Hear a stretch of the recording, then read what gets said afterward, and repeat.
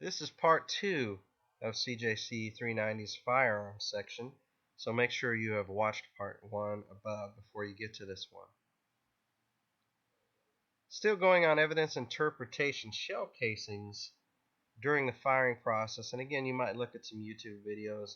They're mostly ejected to the right at a semi-automatic handgun, but they could go to the left or straight up. Each gun kind of has its own little characteristics. So again, if you look at some videos of somebody on a range firing a semi-automatic handgun, you'll see those little shell casings get ejected. It's somewhat fast, but it's not like bullet speed. So you'll be able to see that they commonly kick to the right. 4 factors of where that shell casing may be located, again, are listed here. The position of the cartridge case, the type of pistol, how an individual was holding it when they were firing it. Some people hold them sideways, some hold them straight up and down, and the direction in which they were shooting.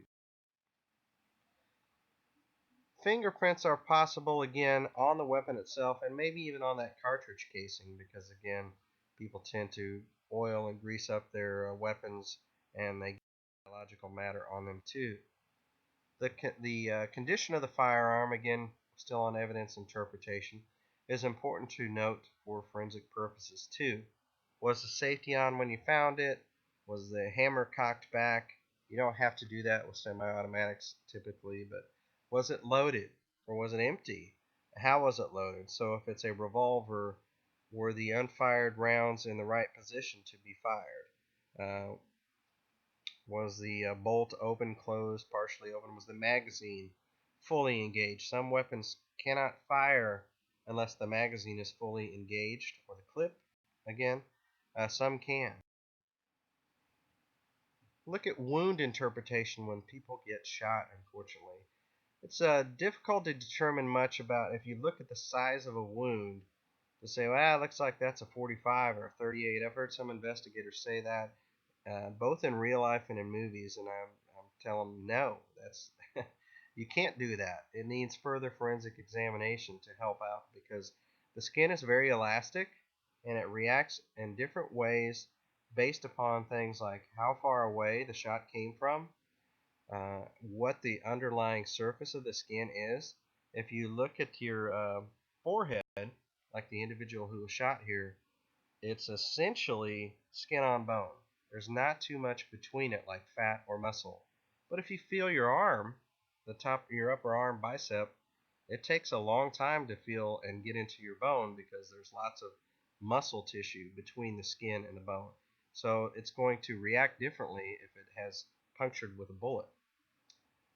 The shot angle can make a difference too. There's just all sorts of factors that can play a role, and again, you see the different types of presentation in the little white picture there, and you see a shotgun blast with B with the pellets presents much different bullet. This is a close range, in fact, direct contact wound, and you can actually see an impression of the entire barrel of the gun. Most of them are not like this. I mean, you see wounds presented in multiple different ways. You see all the blackening around the wound. That is actually caused from all the gases and debris that fly out of the barrel into the wound. It's at least partially that, and there could be some bruising there too. But it's a very dirty wound. Handling firearms when we collect them, we train our investigators to pick them up from the hand grips, and if you look at the bottom right picture here, it's very checkered, not likely to hold a fingerprint. Might have some DNA, so we're a little cautious, but that's probably the best place to get it, because the other sections or parts of the firearm are very conducive to a fingerprint. We never stick something in the trigger guard, because we could accidentally fire around that way, and we never stick something down the barrel of a firearm to pick it up. I've seen that done in movies and TV shows too. Very stupid, because you can scratch up the barrel and the lands and grooves. It can alter the characteristics of that firearm. Do not put cotton in the muzzle. In some cases, it's kind of rare, but you may see in some cases a crime scene investigator may put a cap, a rubber cap that they actually sell around the barrel in order to preserve any biological matter that could be inside the barrel of the weapon. It's rare to do that, though. Any evidence dislodged, blood, skin, hair, obviously we should collect that too. If we pick up a firearm and some of that falls off.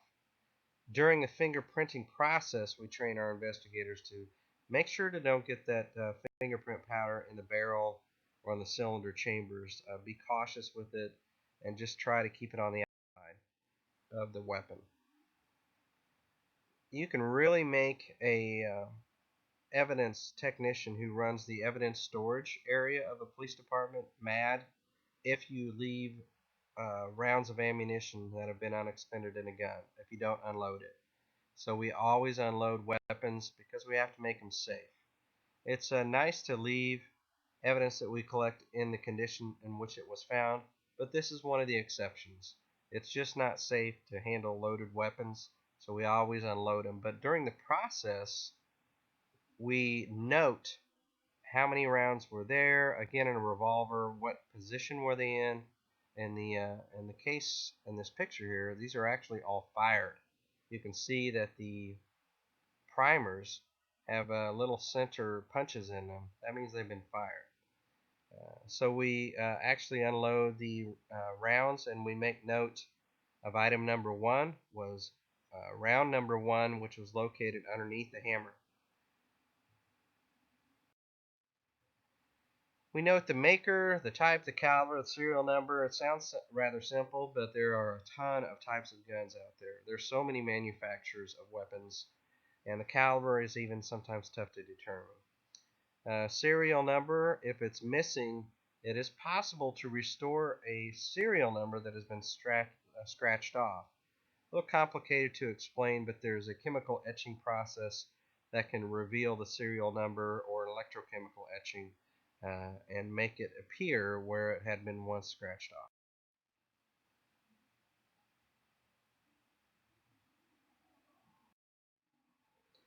Cartridge shell casings collection, if located, if we don't find any, that is. Remember, could be a revolver or a single shot pistol that just doesn't eject its shell casings. That's very rare, but so they have automatic weapons with what they call cartridge collectors that catch them as they come out. Could be a rifle, could be a shotgun, or you might simply have a suspect who was thoughtful enough, I suppose you could say, to pick up their own casings and walk.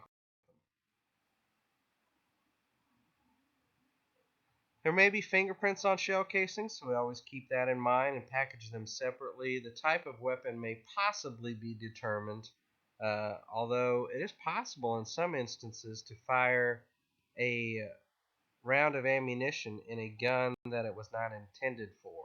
I never suggest that, but some people do it, and we're talking about criminals in some cases, and they don't put a lot of thought into it. The markings denoting what type or the manufacturer, often you'll find them on the base of the round of ammunition. You can kind of see it says Peters 45 AC in the bottom left one.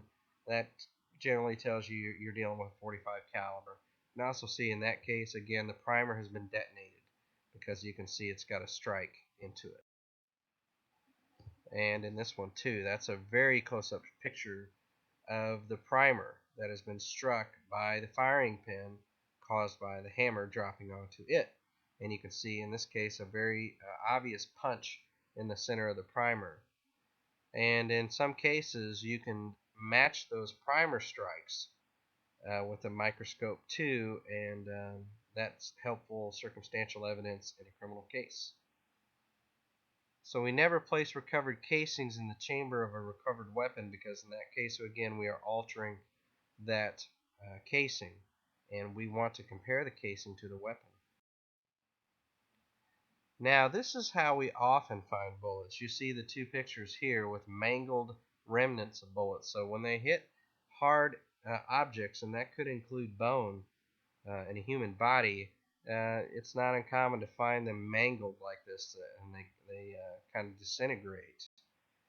So we always, though, package everything that we can find, take all the remnants, and trajectory determination may be worked on too.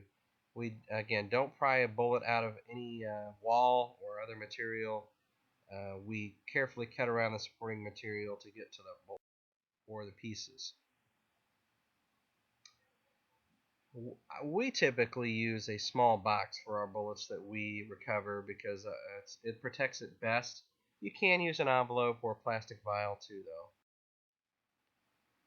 The types of bullets we discussed briefly already. You have lead bullets.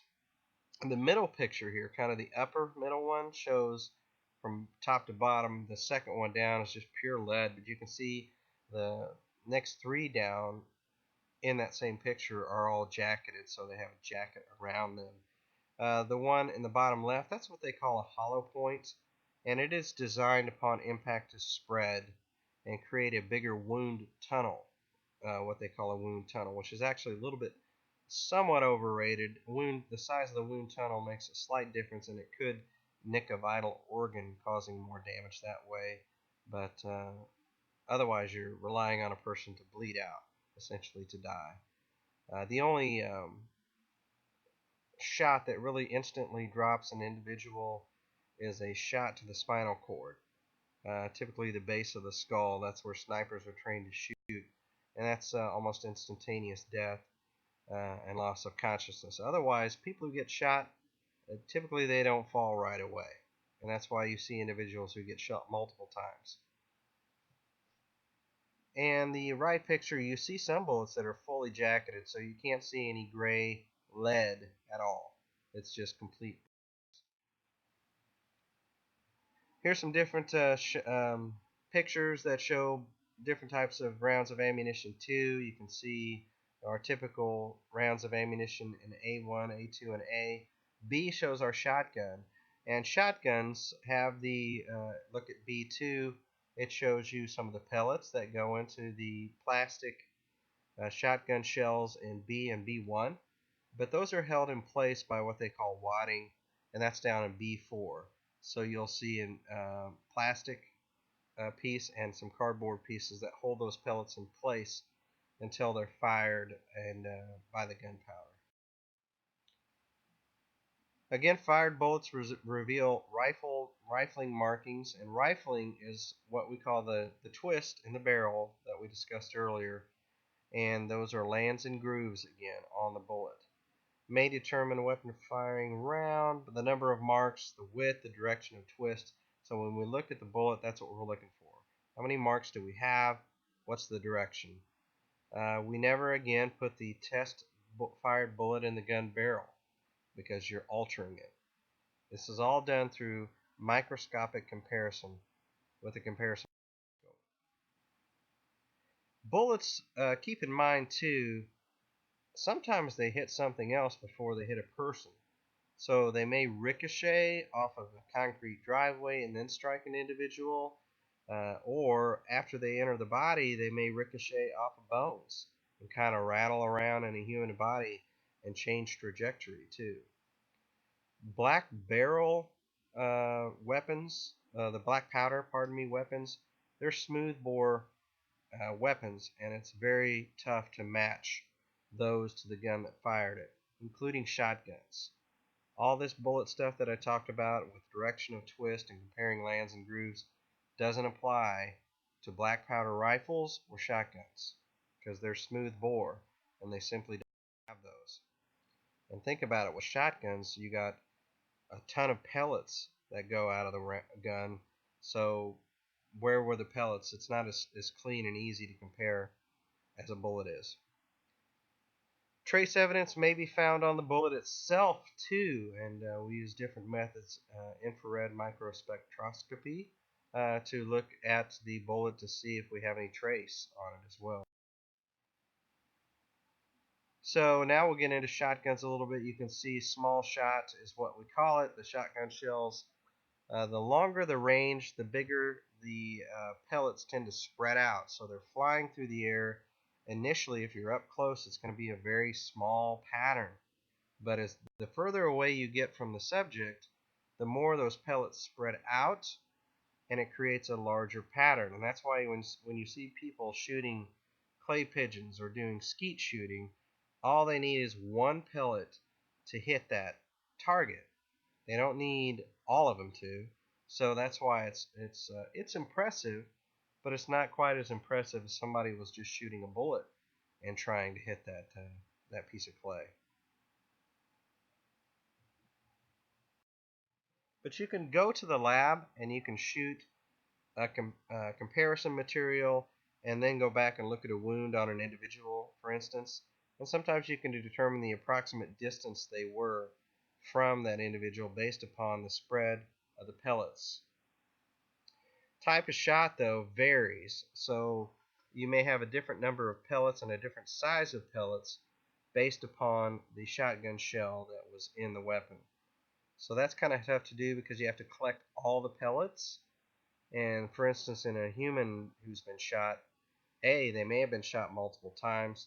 So what pellets came from what round? It's tough to do. And B, maybe some of the pellets didn't enter the human's body. Maybe they went past them. But ammunition determination is important for comparison shots.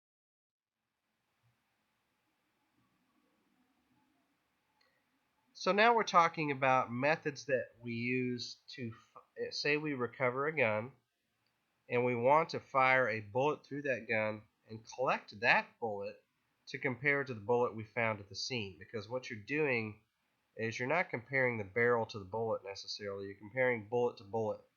So in the lab, they will fire a bullet themselves from the suspect's gun, but somebody's got to catch it. So how do you catch it? We don't call a magician to do it every time. We use what's called a cotton wad box, which is a basically a big metal box that actually has a lot of cotton that it twists itself to death. Essentially, you fire the round and it twists itself into the cotton wad and it stops. And we also use a water trap. Water does slow bullets down. And if you see movies like Saving Private Ryan, they kind of depicted it somewhat accurately. You can see the bullets slow as they enter the water in the initial scenes when they storm Normandy Beach. Water really does work that way. So we have water traps 5 to 6 feet long that we fire around into, and the water will stop it. And it stops it not suddenly, but somewhat slowly. And so we have a nice, perfectly preserved round of ammunition or bullet to powder pattern examination. So you recall those shots where we showed a gun firing a bullet and all the powder and everything that went out of the barrel.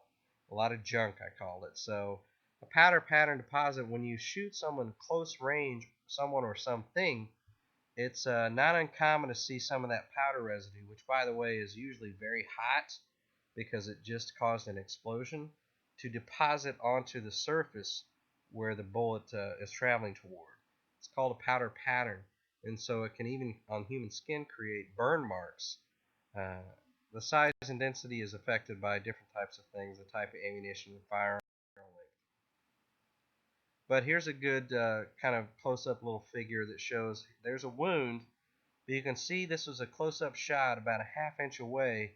That well, actually a half-inch doesn't reveal a pattern. A little over a half-inch away, you can see all the little burn marks in the bottom right picture that show where the powder kind of seared onto the skin. But if you get too close, what happens? Remember that very close-up, dirty shotgun, or pardon me, firearm wound I showed earlier that was kind of dirty around the edges. That powder tends to go into the body as opposed to depositing on the outside. But you can take a weapon and then you can fire into a piece of cardboard, and you can actually see these powder patterns on the cardboard too. So you might be able to say, well, I know the shot, whether it was from a suspect or from the victim, him or herself, was about 3 inches away from the head when it was fired. Infrared photography, by the way, makes these powder patterns pop a little more for photography, or there's some chemical reactants too that kind of make them appear better.